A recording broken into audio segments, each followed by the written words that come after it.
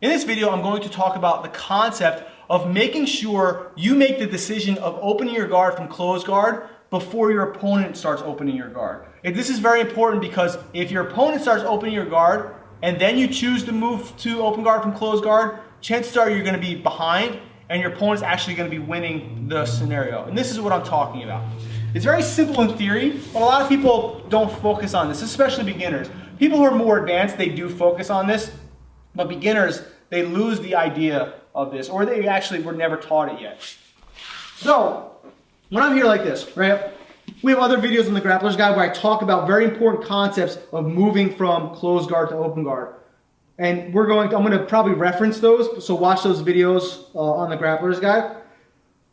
But when we're here, so one concept I talked about is taking your feet, right, and putting both feet onto the person's hips. If I'm here like this, right, and Russ puts his elbows on my thighs, and I feel him starting to open up my legs, I try to do that, it's not good for me, because he was already opening up my legs. You cannot move, you cannot try to open your guard from closed guard if they're already prying your legs open. You're too late already, all right? He's making it happen. You do not want them to make it happen. You want to make it happen. So you want to be the dictator. You want to dictate whether you go to open guard or not before he chooses to do so. Because if we're here like this, and he's already opening my legs, and now I'm like, okay, I'm going to go to open guard, right? It's too late. He already has proper pressure on me, proper positioning. However, right, we're here like this. Let's say we're here. Oh, right. So right now, he has his elbows inside. I'm not going to move the open guard. The reason why I'm not going to move the open guard right now is because I feel that he is one step ahead of me. So if we just turn this way, right? We're going to turn 180 degrees because his elbow is inside here.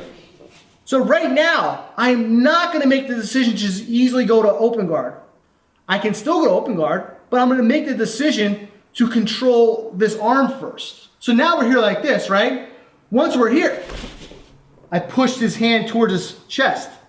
Why? Because if we watch the video where I talk about the concept of controlling the arm of the same side that your hip drops, then you'll understand what I'm talking about.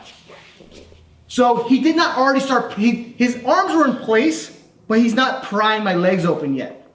If he started prying my legs open, I'm not going to do this. Because look, his pressure's too close. Now it won't even work. He could still pressure down on me. He probably could have got me in like a stack pass position or something along those lines. But we want to make sure that you move before they start opening your legs, okay? Another thing that applies is if he goes to stand up, right? If he goes to stand up here, and let's say he didn't try to open my legs yet. He's just standing. Now it's okay. I can start moving. That's perfectly fine. He did not start opening my legs yet. However, if we go back down, and now he stands back up. And then he starts opening my legs. So start opening my legs. It's too late now. The reason why it's too late is because look, he has pressure on my knee here, and he has pressure with his knee forward. He can start stapling inside. He can start doing lots of bad things to me. And the reason why is because he was opening my legs. I do not want him to open my legs. I want to open my legs before he opens my legs. This is one of the hardest concepts to actually teach on video because there's no actual technique behind it. It's a mentality, basically. It's the understanding that this person is starting to disconnect your feet. Here, you feel it's sliding, right? So we're here, right? I feel my ankles sliding. If I open my legs now, chances are he's going to get better position. But if I don't feel my legs sliding, and I'm like, okay, nothing's happening from from closed guard, boom, I can start moving. And then I can switch to open guard from there.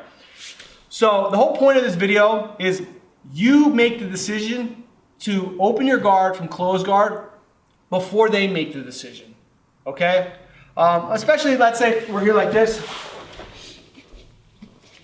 and I want to go to open guard, but I feel him pop up to his feet. I'm just going to open my feet while he's coming up. The reason why I'm going to do that is because he's focused on going upward. He's not actually focused on opening my guard yet.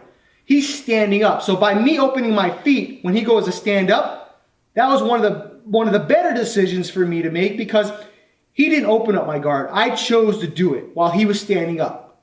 The opposite was when he already stood up. Before, when we did it before, he already stood up. My guard was still closed, and then he started prying my legs open. I can't choose to open my guard then. I have to deal with whatever's happening here.